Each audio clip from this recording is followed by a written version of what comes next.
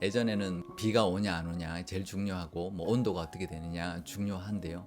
요즘 꼭 빼놓지 않고 보는 것이 바로 미세먼지죠. 뭐 미세먼지가 뭐 예전 같지 않아졌습니다. 뭐 꼭 일기예보에 이제 무조건 알려줘야 되는 정보가 되었고 우리도 눈여겨 봐야 되는 정보가 되었는데요. 남산타워의 그 불빛 색깔이 바뀝니다. 어떨 때는 파란빛이었다가 초록빛이었다가 어떨 때는 빨간빛도 되는데요. 이제 미세먼지의 그 정도를 표현해주고 있거든요. 그 빨간색이면 매우 나쁨, 그리고 주황색이면 나쁨, 초록색이면 보통, 파란색이면 좋음 이렇게 표시해주고 있는데요. 불빛 보고도 이제 알라고 이제 남산타워의 그 불빛 색깔을 맞춰주고 있는데 나중에 보니까 나쁠 때는 아예 보이지를 않더라고요. 그래서 아예 그냥 불빛을 표현하지만 어차피 보이지 않는 그런 상황이 지금 요즘 현실입니다. 미세먼지라고 하면요, 미세먼지와 초미세먼지로 나눕니다. 크기가 10마이크로 이하를 미세먼지, 그보다 더 작아서 2.5마이크로 이하를 초미세먼지라고 합니다. 근데 그게 어느 정도 작은지 감이 안 오실 거예요. 머리카락 굵기 한 5분의 1 정도 되는 것이 미세먼지고 20분의 1보다 더 작은 것이 초미세먼지예요. 그러니까 어마어마하게 작은 먼지죠. 대표적인 것이 예전에는 황사였습니다. 그죠?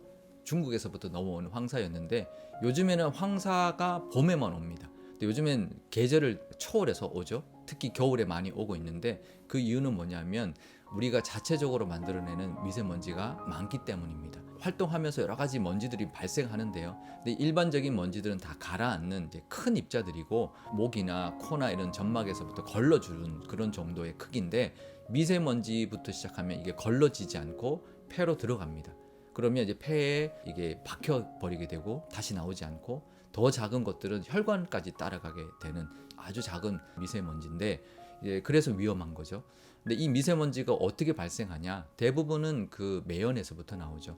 우리 자동차 배기가스, 또 공장 매연, 또 뭐 이제 발전소에서 나오는 그런 매연들 다 연료를 태워서 나올 때 만들어지는 미세 가스가 입자가 되면서 나오는데 보통 우리가 연료를 태우면 질소가 산화되는 질소산화물, 황이 산화되는 황산화물이 만들어집니다. 근데 이것들이 암모니아와 같은 다른 오염물질하고 만나면 이게 가스였는데 입자가 되기 시작하죠. 아주 작은 이제 입자가 되니까 아주 초미세먼지가 만들어지는 것이고요. 그러니 도시에서 또 공장지대에서 많이 발생할 수밖에 없는데요.